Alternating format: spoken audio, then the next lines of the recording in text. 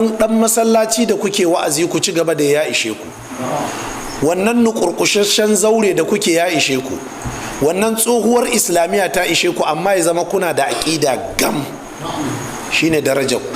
Amma in kuka sake kuka ce lallai ilalla kuna son sai kun gina masallaci iri kaza, za ku samu za ku gina, amma ƙarya ne ku ci gaba da da'awa ta gari.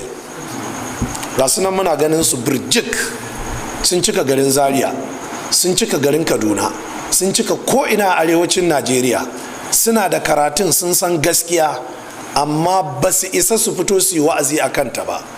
Saboda me? An kawo jibgegiyar mota an bashi mai numfashi, an kawo fili an bashi ya sayar, an kawo kujerun hajji da umara an bashi, an kawo mishi raguna na layya, an kawo mishi geron kunu. Saboda haka ya siyar da aƙidar shi ta ahlus sunna, ya siyar da manhajin shi, ya siyar da ilimin shi, ya siyar da aljannar shi da waɗannan abubuwan.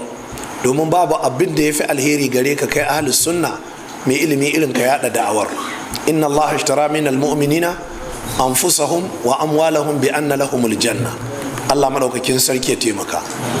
Don haka ahlus sunna ku yi haƙuri.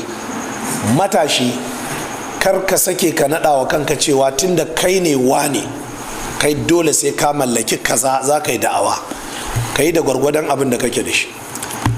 Ku tuna shekarun da muke wa'azi da da'awa a masallacin gidan Alhaji Lawal direba. Daga nan muka kafa makarantar nan. Masallacin sahu biyu ne, duka masallacin mutum 8 ne ke shiga. Dogo iri na ku sai dai ya salla a waje saboda gajarta, dan in ya shiga zai daga masallacin sama, saboda kakanninmu da suka